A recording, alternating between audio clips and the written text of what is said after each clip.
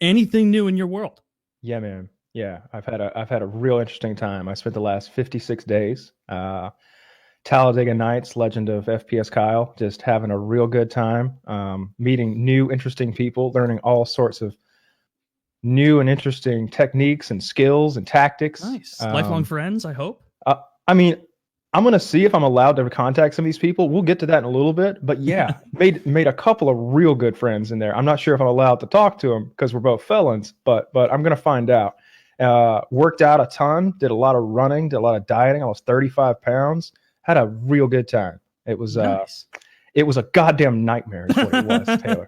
It was a goddamn motherfucking nightmare. All right, I woke I don't up. even want to ask questions. I want to let you just go I couldn't off. sleep the night before, right? You know, I'm up like till 3 in the morning. I got to wake up at like 5 to like get going and get there in To time go to prison. to go to prison. Up, crack of dawn, time to get to prison. You're having And to wake so, up early to go to prison, insult to injury. Like, because it's a 3 hour drive from my fucking house. They didn't send me to the one in Atlanta. They sent me to fucking Talladega, Alabama. mhm. Bumfuck nowhere, by the way. All right, don't go, don't go. The people aren't interesting, and the locale is disgusting.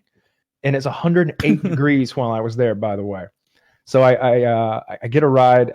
Kitty's neighbor actually drove me. Very nice woman. And she came and picked me up as well. And all she wanted was gas. Like she has a relative or an associate, I'll just say, who's also in prison right now. And so she understood. She's like, "Oh no, you're not taking an Uber or whatever or hiring a car. I'm gonna take you." This is And Kitty we're talking about? Kitty's friend, Kitty's yeah, friend. Kitty's Oh. neighbor, yeah.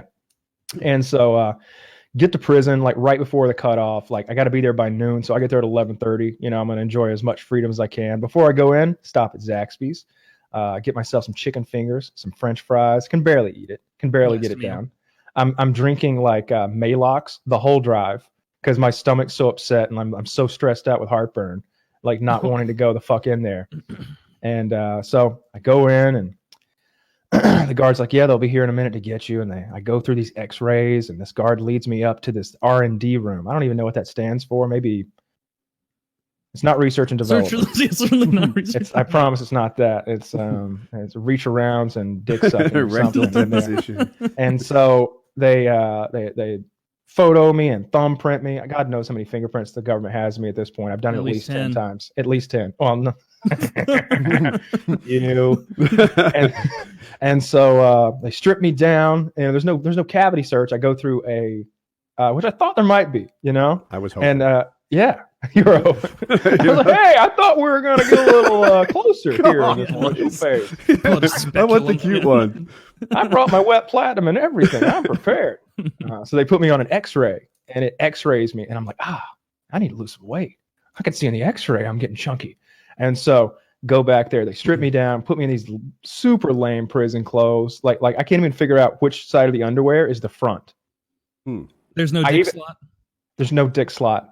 They're brown, like they remind me of the burlap sack that you would see people wear in cartoons. Oh, And, that's not cool. On No. TV, the newbies have a different brown versus orange. Did that happen there?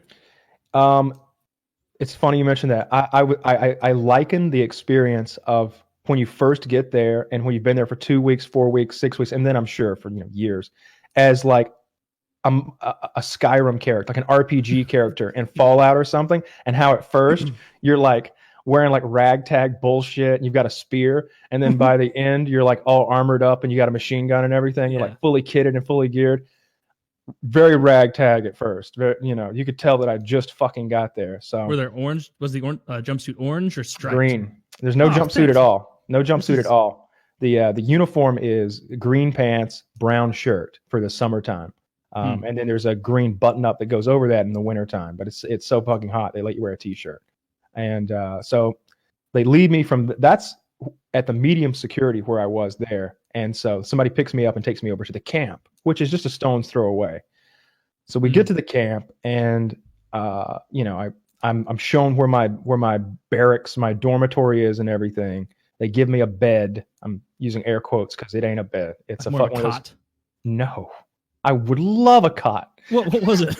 It was one of those kindergarten pads that's about 3 inches thick. Like it's nap time, motherfucker. But it's on a platform of some sort. On a bunk bed that's like a net of springs. so that it's like when you throw that up on the bunk bed. But everybody's got their own mattress, so I go to the laundry. They fit me up with some green clothes and some brown shirts, and then they give me some big fucking army boots and some shit ass socks and a couple more pairs of underwear.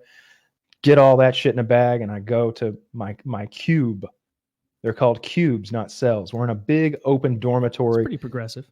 And each one is separated by a block wall that's like 5.5 feet tall, kind of like here on me or something like that. I can look over. Painted. Yeah, cinder block wall. And there's about 80 of us in each dorm. And in my cube, there's already 2 guys in there, and I'm the third. And it's David, this little Mexican dude, and Block, this black dude. And I'm like, yo, what's your name, man? My name's Block. And I'm like, yes, it is. Yes.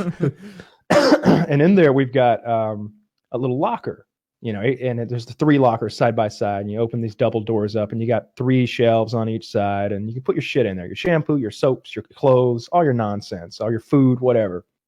Well, everything was fine. I was like, this isn't so bad. First of all, air conditioning is roaring in there. It must be 65 degrees on the hottest of days. They had this massive industrial air conditioning, and running down the center of the ceiling is a gargantuan, maybe 3 foot in diameter AC pipe with the big heavy duty industrial vents pointed out to the edges toward the cots. So it's just blowing cold air. Our tax dollars, keeping felons cool. That's the only thing they spend money on there. And so I'm like, all right, it's going to be okay. Now, for the first 5 days, I had no commissary money. We couldn't get it transferred in. My bank was blocking the transaction. So I couldn't buy any shampoo. I had to use borrowed soap, and I was still wearing the bullshit level 1 RPG character clothes, which is super lame. And I didn't know where anything was, didn't know what to do about anything. I couldn't even get a cup to put my water in. I had to someone gave me a bottle of water, and I would just keep refilling it at the water station. So, and then everything's fine. I'm getting to meet some people, getting to know some people. And then and there's a TV room, which I would love to go to and watch television, but you can't without a radio. You have to have a radio and headphones, which are about $100. And of course, you need your commissary money to get that. So I got to wait till the next week to get my radio and everything. So I basically just chill in my cell or my cube or whatever until I get my commissary money. I can get equipped at least as a level 2 character. And finally that happens. And now I got my radio. Now I'm wearing sweatpants. You don't have to indoors. I would just wear sweatpants and a t-shirt and flip flops. This radio powers private headphones, I'm imagining? Yeah. Okay. It's just a little hand radio, and you would tune it to a station that corresponded with one of 4 televisions. On the left, you got ESPN. Don't change it from ESPN. That's where it stays, motherfucker. Yeah. Just to the right of that, you got the black TV. Don't touch it, Whitey. In the middle, you got the Spanish TV. Don't touch it, Hueto. And on the right, you got the Whitey TV. Now, you don't need to know this. You could walk in and tell. Because obviously on the left there's Sports Center. Just to the right of that, there's BET or VH1. Just to the right of that, Telemundo. And just to the right of that, it's the fucking History Channel. I was going to say HGTV. That'd be such a funny. They're watching Get out of here. I've got a lot of garden ideas. Yeah. So it doesn't take long before I start, some people know how long I'm in there for. And I didn't realize it right at first, but I was told about a week or so in that they think you're a snitch. They think that you are either part of one of those 60-day in reality shows because you don't look like a criminal and nobody gets 60-day sentences here. We've never seen that before. Or you've gotten transferred here because you're a rat from another place, and that's why you've only got 60 days. So there's immediately people who don't like me and don't want anything to do with me and are talking about doing something to me. How'd you find this info out initially? I was told by the friends that I made about 10 days in. They were like, yeah, don't. You're very good at fitting into new environments, right? Doesn't matter. Boston people, redneck people, even Canadians, I imagine. Sure, but these are felons. Did that superpower work in prison? I got along with the people I wanted to get along with, but there's 80 of us in there. So immediately I felt like I needed a representative from each race. So I found a white guy who was there weren't any big tough white guys. There were only old white guys. There weren't any really young and big tough white guys. So I found an old white dude named Pops, and I made Pops my friend. Pops gave me a pair of sneakers the second day I was there, so I wouldn't have to buy any like some Under Armour like sneakers. And then I decided I need a black friend. So I noticed that this big black dude with dreads, big dude, had his radio was like busted up, and he had it all taped up with tape. And I was like, hey man, what happened to your radio? And he's like, it fell and it broke. These things are shit. I was like, look, I'm leaving in 2 months. You can have my radio. And he's like, for real? I was like, yeah, you can have the headphones too. And this is $100. And to these people, if they don't, not all of them have loving family members sending $150 a week like I do, or a bank account that Kitty can just take some money out of and send it in. This guy, he was like, for real? Now he's my friend. Now he loves me. Now he's coming to me all the time with information and goodies. He'll bring me a pair of flip-flops. They're $25. Here you go, man. I got you something. He's like, I saw you like those Diet Pepsis. Here's a 6-pack. He's always bringing me shit. Then one day, well, let me complete my trio of protectors. Then I'm assembling the fellowship of the federal prison system here, the Tolkien style band of merry men. And then I was like, well, I definitely need a Spanish dude. And this guy Snow is sitting there watching TV one day. So I'm sitting like 2 chairs from him, and I strike up a conversation with him. Snow is a big fucking dude. And I told him what I was there for, and he thought that was bullshit. And he starts telling me what he's there for. Well, he's a member of a Mexican crime family out of Texas. He's in for trafficking, aggravated assault with a deadly weapon, and fleeing the police. And that's just what they caught him for. He confessed to 2 different capital crimes to me while I was there that he had not been charged or for. On the track, he runs 3 miles a day, and then he does 10 chin-ups every quarter mile with 40 pounds tied to his waist. And he changes his grip every 10 chin-ups. So it's a different grip for each set. It's either these or these or these or the wide ones. They're always different. And he explains this to me in great detail all the time. Like he's very meticulous about his routine. Are you telling me this fucker repeats stories? Every day.